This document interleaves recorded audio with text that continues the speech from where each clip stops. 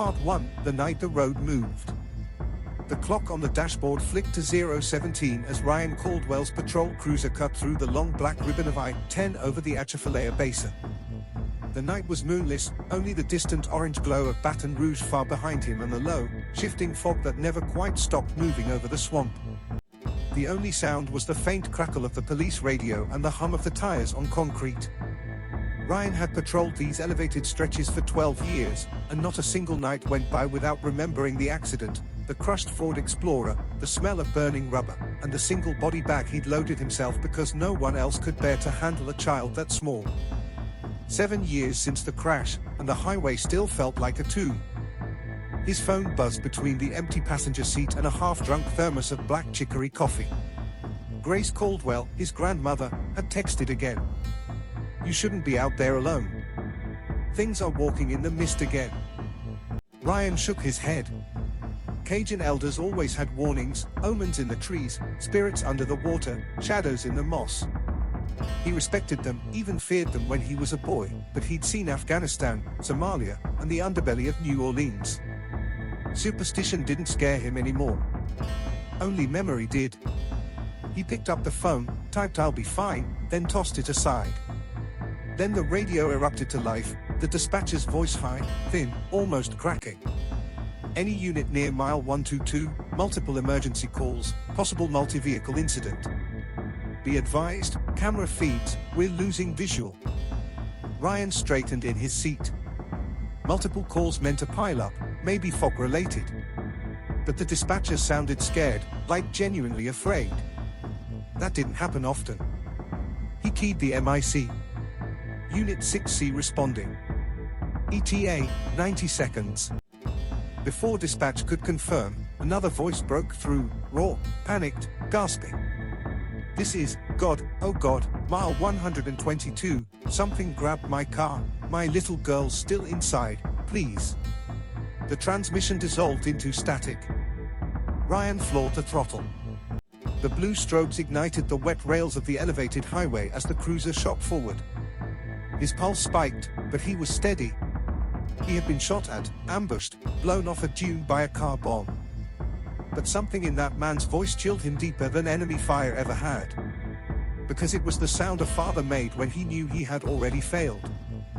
He crossed mile marker 120, then 121. The fog thickened, gray, dancing, like something alive. Then he saw the tail lights. Too many of them. Too still. 3 cars pulled half across the lanes. A pickup truck on its side. Debris everywhere. And worst, no movement. No people. Ryan braked hard, tires screeching. He stepped out, flashlight drawn, and instinctively touching the grip of the sidearm on his hip. The swamp below muttered softly, frogs, night birds, insects. The smells were sharp, wet, primal. "State police," he shouted. "Call out." Nothing.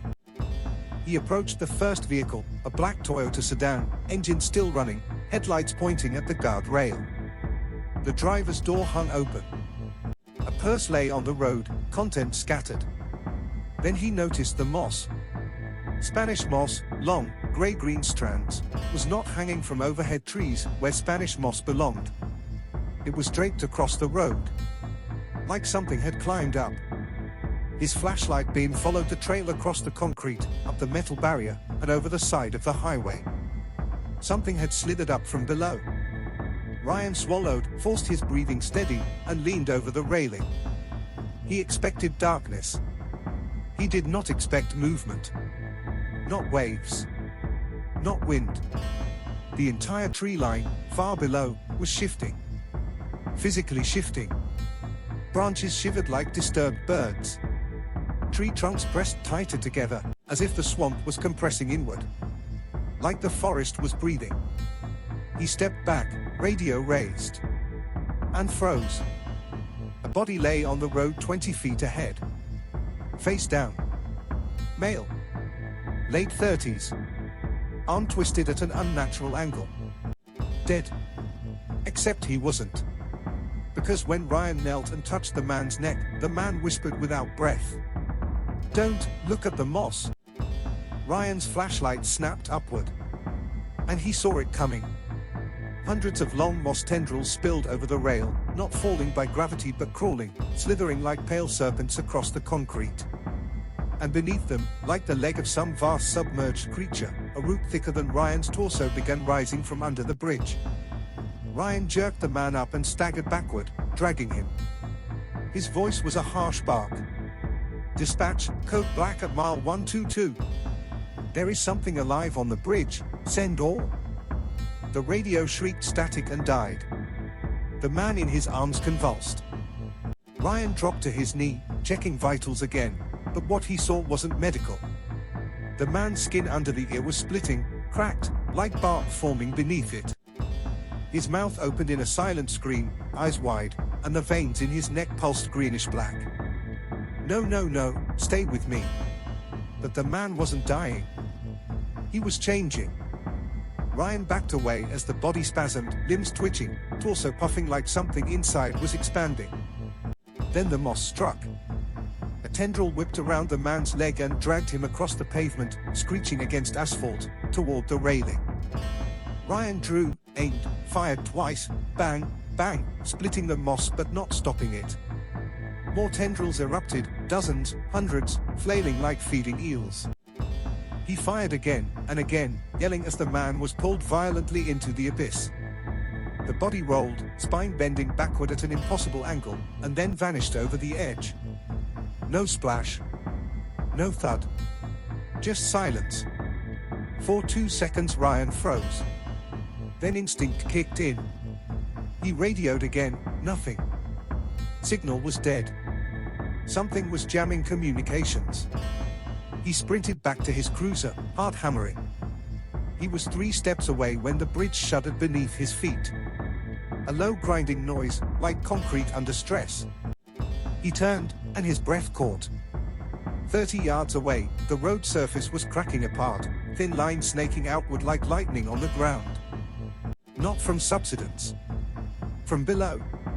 Something massive was pushing upward. Another pickup truck 50 feet down the road jolted, lifted, then flipped onto its side without anyone touching it, as if the entire highway had twitched. Lights flickered. His cruiser headlights dimmed, then steadied. And Ryan finally understood why the dispatcher's voice had sounded terrified. This wasn't a crash. This was an attack. He slid behind the wheel, slammed the transmission into reverse, and punched the gas. The cruiser lurched backward, tires squealing. But he only made it 10 yards. The steering jerked left sharply, hard enough to wrench his wrist. The car skidded, did a half spin, and died. Ryan looked down. The asphalt under the wheels was moving. Fine cracks had appeared and were widening. From the seams, thin roots were pushing through, twirling like drill bits, quickly braiding into thicker cords. They were grabbing the tires. He kicked the door open and bailed out as the entire cruiser tilted, one wheel suddenly lifted off the ground. He backed away, sidearm leveled, firing at the root bundles as they thickened and wrapped around the chassis. Bullets punched splinters and sap but did nothing to stop the growth. In seconds, the cruiser was on its side. Then the roots tightened and tore a chunk of the roof clean off like it was the lid of a sardine can. Ryan stared, stunned. He had seen war. He had watched men disappear in firefights. He had lost a child to a drunk driver. But he had never seen nature behave with intent. He holstered the pistol, it was useless, and ran down the highway toward the last working emergency call box. He needed backup. Needed National Guard. Needed air support. Hell, he needed artillery. Fog swirled around him, thicker now, moving against the wind. The swamp below roared, not with frogs or insects, but with a low, wet grinding. Like a massive tree being slowly uprooted. And then Ryan heard car engines behind him. He spun around. 3 vehicles were coming fast. For a split second relief flared, survivors. Then he saw the headlights. They were weaving, scraping rails, swerving wildly. The lead sedan jerked sharply and smashed sideways into the bridge rail. Its windows blew out. Inside, a woman screamed as moss covered the windshield like blotched hands. The second car, a white minivan, shot past Ryan at 70 miles per hour, driver unconscious or already gone, 2 children howling in the back seats. And Spanish moss wrapped across the windshield from outside, like a living net. Ryan sprinted after it. But the minivan never had a chance. The road under its front axle buckled upward, lifting the entire vehicle off its wheels. Metal shrieked. One of the kids inside hit the window hard enough to crack it. Then the van tipped over the rail and vanished into the swamp. Ryan reached the rail 6 seconds too late. He looked down. Something massive below the bridge was shifting, a tangled root mass the size of a diesel truck, writhing just under the water's surface. And in that pulsing network, he saw faces. Human faces. Distorted. Bark textured. Screaming silently. Ryan's mouth went dry.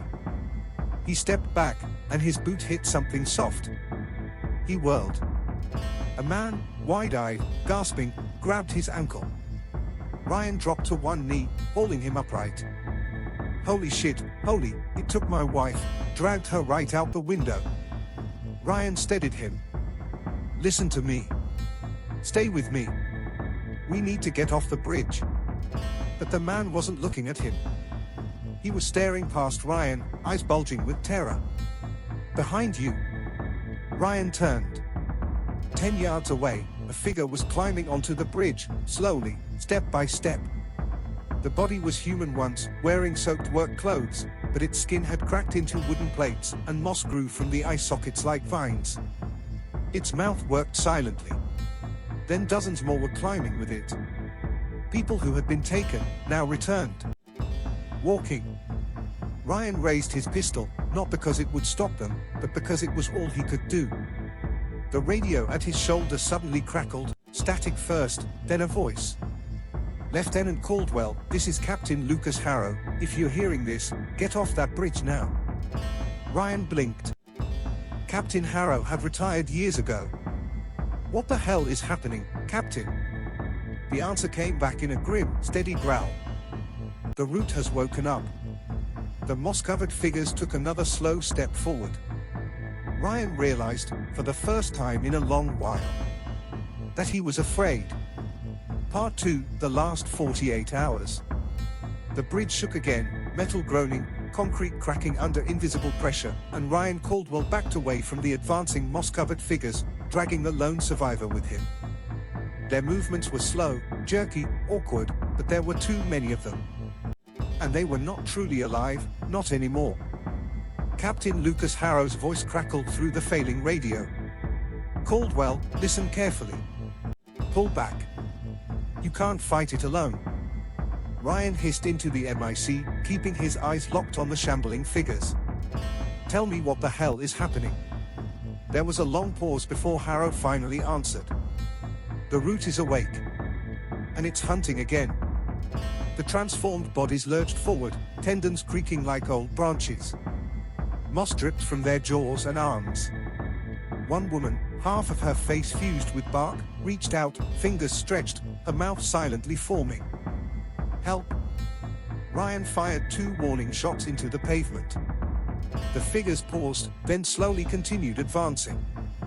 The survivor beside him clutched Ryan's vest. Don't let it take me. Please?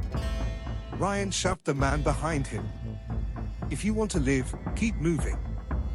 He began moving backward down the highway, scanning for anything, an exit ramp, a service ladder, anything that wasn't pure, exposed concrete. But the elevated stretch of I-10 over the basin was 18 miles long, and right now it felt like a no-man's land suspended over hell itself. The former humans closed in.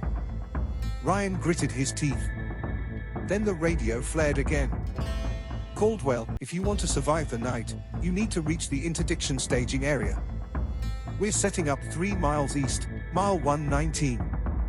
3 miles. On foot. Through an active kill zone.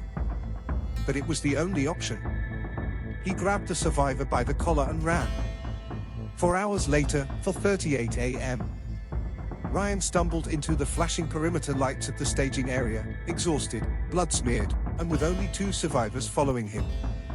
Behind them, the swamp had fallen unnaturally quiet. Not silent, quiet. As if listening. The mobile command post was a mix of state police, National Guard, wildlife agents, and a handful of civilians in patched tactical gear. Generators buzzed. Spotlights cut through the fog, and machine gun nests lined the edges of the bridge like the front of a war zone. Captain Lucas Harrow stood waiting. Even after retirement, Harrow looked like he'd never left the service, back straight, jaw set, uniform immaculate. But his eyes were haunted. Ryan approached, breath ragged. "What the hell did I just see out there?" Harrow didn't answer. He simply turned and led him inside the command trailer. Inside, maps were spread across the walls, but most attention was on the grim footage looping on a monitor, a dashcam recording from one of the vehicles that had gone off the bridge. Ryan recognized it instantly, the same transmission he'd heard. The screen showed the interior of a speeding SUV. A husband at the wheel, screaming into the phone. A woman clutching 2 terrified kids. Then the moss, pouring across the windshield like living rope. The mother shrieked as the windows imploded inward, and the entire family was dragged screaming out of the open doors. The video ended in shattered glass and static. Ryan shut his eyes. "Tell me what I'm looking at." Harrow exhaled slowly. "You're looking at something older than Louisiana. Older than the tribes. Older than the Spanish records." He tapped the map of the basin, deep in the no-man's swamp below mile 122. "This is the root system. The locals call it Ishkanat-Chi, the living deep. The root is a single organism, one mind, and it controls everything growing on it." Ryan frowned. This wasn't in any geological survey. Harrow's mouth twisted humorlessly. Of course not. The Corps of Engineers covered it up back in the 50s. And the Chitimacha? They were forbidden to talk about it after 1921. That caught Ryan off guard. Forbidden by who? Harrow looked him dead in the eye. "By us." Before Ryan could respond, the trailer door opened and a new figure stepped inside, tall, broad-shouldered, with calm eyes and a face weathered by more than war. Noah Red Hawk. Harrow introduced him. Former Marine, 3rd Recon Battalion. Chitimacha tribe. And the only living man who knows how to speak to the root. Ryan blinked. "Speak? You mean negotiate?" Noah just stared at him. "You don't negotiate with a forest, Lieutenant. You survive it." He stepped closer, as if measuring Ryan. "Harrow said you saw faces in the roots." Ryan nodded stiffly. "Yeah." Noah's voice was low, heavy. "Those aren't the enemies. Those are the ones the root already owns." Ryan felt a chill. "And what does it want?" Noah's response was simple, terrifying. "It wants the rest."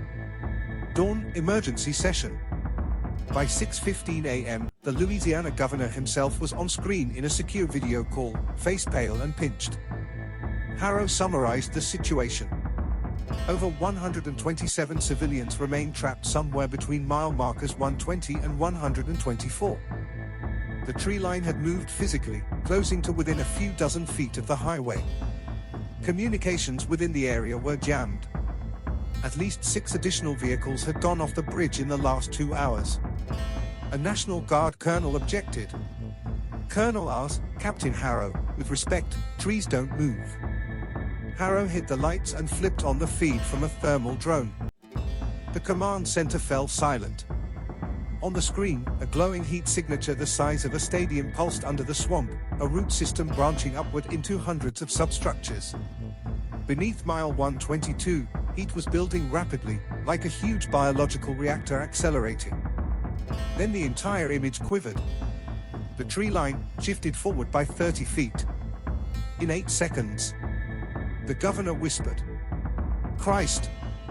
Noah spoke quietly. "When the oil company cracked the aquifer 3 weeks ago, they woke it.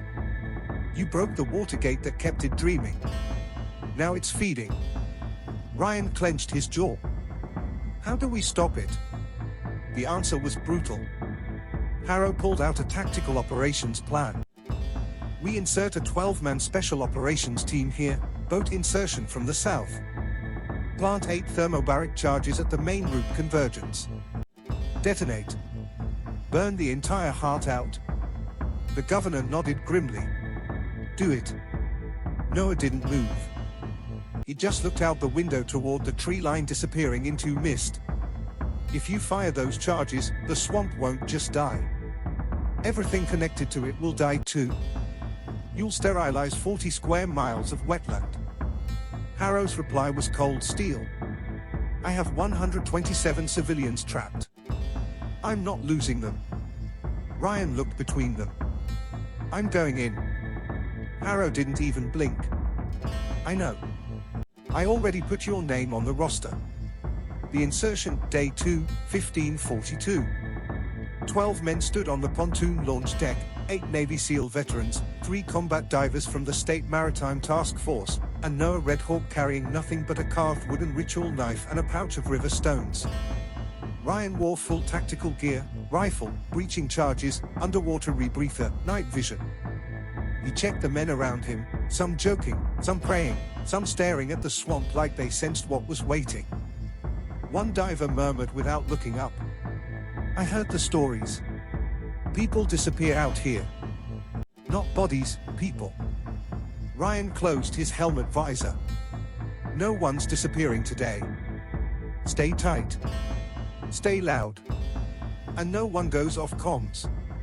Noah, sitting calmly beside him, spoke without turning. They don't need comms. The route already hears us.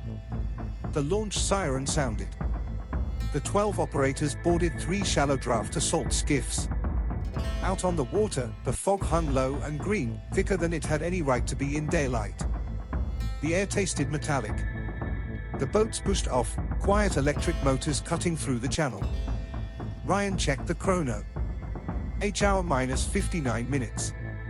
Then everything went wrong. First contact, 50 meters in. The lagoon surface began to ripple, not from wind. From underneath. Noah stood, eyes scanning the water. Brace. 5 seconds later, something slammed upward through the skiff's hull, a root thicker than a man's arm, emerging like a breaching python. The boat lurched sideways. A diver screamed as his mask was ripped off, and then a sheet of moss surged up from the swamp like a blanket, enveloping his face. He clawed, gasped, and toppled overboard. 2 others dove after him, but the water churned, and something pulled all 3 straight down. Ryan lunged to the gunwale, reaching. Get me a line. Get. The water went still. Just gone. 3 men in 5 seconds. Someone shouted over the radio. Upstream movement behind us, 12 degrees, contact closing. But nothing was visible. Just reeds. Fog. Quiet. Then one of the reeds moved. No, not a reed. A hand. A hand made of bark and sinew, rising out of the water, fingers clutching blindly. Then another. Then dozens. They were coming out of the swamp itself. The command boat opened fire, suppressed assault rifles chattering, snapping wooden limbs and tearing chunks off the rising husks, but they just kept coming, dragging themselves toward the hull. Ryan kicked a reaching arm away and shouted.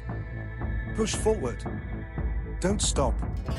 The boats throttled up, engines whining. And another root crashed upward, flipping the second skiff completely over, sending men and weapons tumbling into the reeds. Ryan's stomach clenched. They were being slaughtered. The heart of the swamp. Only 1 skiff made it to the final channel. Ryan, Noah, and 3 remaining operators jumped off into calf-deep water and began to run, splashing through tanning dark sludge. The ground trembled underfoot, soft, alive. Then the trees pulled back. Not wind, not accident. The cypress trunks slid apart from one another, forming a narrowing corridor. An invitation. Or a mouth. Ryan raised his rifle. Is it trying to lead us in? Noah nodded once. It knows we're here. It knows why. And it's not afraid. Ryan's breath fogged inside his helmet. Then, they saw it. The swamp opened into a clearing the size of a football field. In the center rose a mass of roots 50 feet across, twined into a pulsating mound that swayed like a breathing beast. Impossibly, faces protruded from the root flesh. Hundreds. Eyes wide. Mouths open in silent horror. Some were modern clothing, oil workers, hunters, civilians. Others were old, French colonial coats, native garments, uniforms long out of use. Noah whispered, "Ishkanat Chi. The living deep. Every soul it has ever eaten, bound as one." The remaining operators hesitated, small, tiny shadows before an ancient monstrosity. Ryan didn't. He pulled the first thermobaric charge from his pack and jammed it into a gap between two massive root bundles. He turned to Noah. "We set all 8, pull back, hand of God wipes this place clean." Noah did not move to help. His eyes had gone wide, not in fear, but in realization. "It's speaking." Ryan paused. "What?" Noah lifted his head as if listening to something deep underground. "It knows who you are. It knows what you lost." Ryan froze. "Don't play mind games with me, Red Hawk." But Noah's voice had gone hollow. "It is asking you a question." Ryan stared at him. "What question?" Noah swallowed. "Why you came here if you already wanted to die?" Ryan's blood turned to ice. Before he could react, the ground beneath them shuddered, and a towering section of the root mass rose, forming a pillar 60 feet high. It leaned toward them. The faces in the bark began to scream, no sound, just silent agony. One of the operators panicked and fired an entire magazine into the towering column. The bullets buried in the wood. And the root responded. In the next 9 seconds, 3 more men died. One was pulled into the ground by writhing vines. Another was crushed by a falling branch thicker than a phone pole. The third simply vanished beneath a wave of moss. Ryan and Noah were the only ones left. Noah looked at Ryan, expression bitter, hopeless. "There's only one way to stop it without burning everything. Someone has to bind to it. A living conduit." Ryan clenched his jaw. "Meaning?" Noah looked at him steadily. "Someone has to become the thing that holds the gate closed." Ryan stared at the monstrous root heart, and remembered his son's tiny hand in a hospital sheet. The last thing he'd ever held. He felt no fear. Only inevitability. He looked at Noah. "Tell me what I have to do." Noah slowly drew the ritual knife, its obsidian blade shimmering with ancient scratches. "You bleed into the main root. I speak the words. You agree to the pact. And then, you stop the world from being devoured." Ryan nodded once. "Do it." Noah swallowed hard. "Ryan, you won't die." Ryan exhaled. "I know." Noah raised the knife. And the ritual began. Part 3. The swamp was quiet again. Too quiet. Marcus stood ankle-deep in black water, his flashlight beam trembling over the surface as ripples spread from his boots. The humidity wrapped around him like wet cloth, heavy and suffocating. The smell of rotting vegetation and stagnant water pressed into his lungs with every breath. He listened. No insects. No frogs. No movement. Just the low hum of something living beneath the mud. Something waiting. He swallowed and whispered to himself, "You're still alive. That means you can still get out." Easier said than done. Behind him, the half-submerged sheriff's cruiser sat at a defeated angle, its headlights barely visible through the curtain of mist. The radio was fried. The engine dead. And Sheriff Doss. Marcus forced his mind away from that. The swamp had taken him. Fast. Violent. Screaming.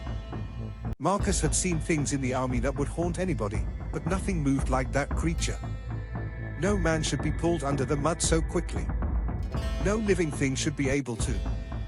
He forced himself to keep moving. 1 foot ahead. Then another. Slow. Steady. Careful not to disturb the surface too much. The flashlight flickered. No. No, not now. He smacked it with the heel of his hand and the beam snapped back to life, but weaker. The battery had maybe 15 minutes left, and that was being optimistic. A low, guttural noise rolled across the swamp. Like a crocodile bellowing. But deeper. Older. Marcus crouched and killed the light. Silence. Breath held. Ears straining. The swamp answered. Something massive shifted nearby beneath the water, a slithering displacement followed by bubbles rising with a slow, thick blurb. Marcus tightened the grip on his only weapon, Sheriff Doss's collapsible baton, slick with swamp water and mud. He needed higher ground. Somewhere the thing couldn't burrow, couldn't drag him under. In the murk ahead, a single strip of raised earth stretched between a line of ancient cypress roots. Not much, but better than drowning in a living swamp mouth. He moved toward it. Mud sucked at his boots like hands trying to pull him back. His heart slammed as something brushed past his left shin under the surface. A smooth shape, strong and fast. He bit down on a sound that wanted to escape his throat. Don't panic. Panicking meant he wouldn't make it 10 more steps. He reached the cypress rise and scrambled up, chest heaving. The elevated ground was narrow, barely a foot wide, but solid. Roots twisted like knotted veins under his palms. He stood and turned his head slowly. The mist thickened, growing strangely luminescent with its own ghostly glow. A light pulse spread through it, faintly blue, like drowned lightning. The hair on Marcus's arms lifted. Something was coming. Something where he had stopped running. Then, crunch. A twig snapping behind him. Marcus spun, baton raised, expecting claws or teeth or a nightmare from the bottom of the bayou. Instead, don't hit me. A trembling voice. Human. A girl, maybe 19, materialized from the fog, soaked to the skin, face streaked with mud. Her blonde hair was plastered to her cheeks, her chest heaving with terror. She stumbled up onto the same narrow rise and nearly collapsed against Marcus. Jesus, Marcus lowered the baton. Are you from the bus? From Highway 9. She nodded, eyes wide and glassy. I ran when the ground, she swallowed a sob. It took them. All of them. Marcus closed his eyes briefly. He'd feared that answer. What's your name? He asked. Kelly. She wiped her face with a shaking hand. I couldn't find anyone. I've been running for hours. Or maybe minutes. I don't know anymore. Marcus scanned the swamp. We stay ahead of it. No loud noises. No splashing. Kelly nodded, though her whole body was quivering. Marcus turned and started moving along the route rise. The ground curved toward what looked like a darker patch of trees, maybe land. Maybe just more swamp tricks. He didn't know. Kelly followed close behind. Water sloshed somewhere to their right, steady and heavy, like footsteps, if footsteps were underwater. A massive shape passed just below the surface, cutting a shadow through the faintly glowing mist. Kelly gasped. Don't move. Marcus whispered. She froze. The shape slowed. Then it stopped. Right beside them. The water was so dark Marcus couldn't see the creature itself, only the deep indentation and the widening ripples around it. Kelly whimpered, and flying to her mouth. The swamp exhaled, hot, fetid air bubbling up as if the earth were breathing through rotten lungs. Marcus took her hand carefully. On 3, he whispered. Quiet. Slow. We stepped backward. Kelly's fingers were cold and shaking in his. 1. The shape shifted. 2. It rose slightly, something breaking the surface, glistening wet. A patch of hide, rough and black, pulsing like an exposed organ. 3. They took 1 step. Then another. The shape turned, slowly. And dove. The swamp burst open. Water exploded upward as something enormous lunged with terrifying speed. Marcus and Kelly threw themselves flat against the roots. Mud splashed across their backs as a massive shape passed inches behind them, crashing back into the murk. Kelly screamed, choking it into her sleeve. Marcus pulled her to her feet. "Move!" They ran along the roots, the pathway sloping upward until, finally, solid ground emerged from the fog. Old cracked concrete. Overgrown. Faded paint. Like ruins swallowed by time. Kelly stared. "What is this?" Marcus swept his flashlight in a quick arc. A sign, rusted and half-collapsed, leaned against a mangled fence. February Point Experimental Research Facility. United States Army Restricted Site. Estimated 1958. Marcus felt the blood drain from his face. "Military," Kelly whispered. This place is older than we are." He walked toward the gate. Chains lay broken on the ground, as if something had pulled them apart from the inside. A thick concrete building towered through the vines, windowless, bunker-like. Its wide metal doors were warped, bowed outward. Kelly stared. "That thing in the swamp, it came from here." Marcus didn't want to say yes. But the evidence was impossible to ignore. A new problem, entering meant shelter, maybe safety. But if the swamp creature came from inside this facility, who said it stopped at only one? They approached cautiously, stepping over cracked tile and broken lab equipment half buried in earth. The interior was black as a cave, and Marcus flicked the flashlight on again despite the dying battery. Inside, corridors stretched in every direction, walls stained with rust and some kind of algae that pulsed faintly blue, the same hue as the swamp fog. Kelly pressed close to him. "It's glowing. It's alive." They reached a door half crushed under fallen ceiling tiles. Marcus squeezed through the gap, Kelly behind. Inside lay a ruined lab, tables overturned, glass shattered, papers fused together by mold and moisture. Pinned to a corkboard was a laminated sheet, somehow still legible under grime. Project Evergreen. Objective: accelerate defensive biological growth for swamp territory stabilization and anti-intrusion countermeasures. Kelly scanned it, horrified. They were trying to weaponize the swamp. Marcus bowed his head. "Looks like it worked." Suddenly, the corridor behind them echoed with wet dragging. Kelly sucked in a breath. "It followed us." Marcus killed the flashlight. The darkness swallowed them whole. The dragging got louder, sliding, slithering, bubbling. The swamp was coming inside. Kelly gripped his arm, trembling so hard he thought she might fall. Marcus strained to listen. The monster slowed. Searching. Sniffing. Its body poured through the corridor like living mud. The walls trembled as something massive scraped along them. Then, it stopped. Right outside the lab door. Kelly's breath hitched. Marcus clamped a hand over her mouth. The beast exhaled, hot and wet, with a sound like a clogged pipe bursting. Then the metal groaned, bending inward. Kelly's eyes flooded with panic as the monster pressed against the lab entrance, deforming the crushed door further, trying to force its way inside.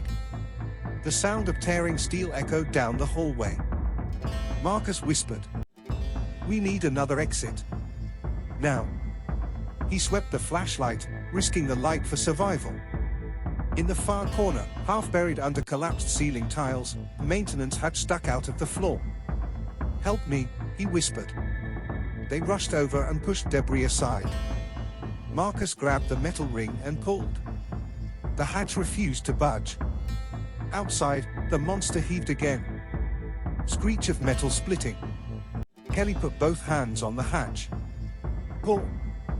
They yanked with everything they had. With a scream of rusted hinges, the hatch flipped open, revealing a ladder descending into darkness. Marcus motioned her in. "Go." Kelly climbed down. Marcus turned just in time.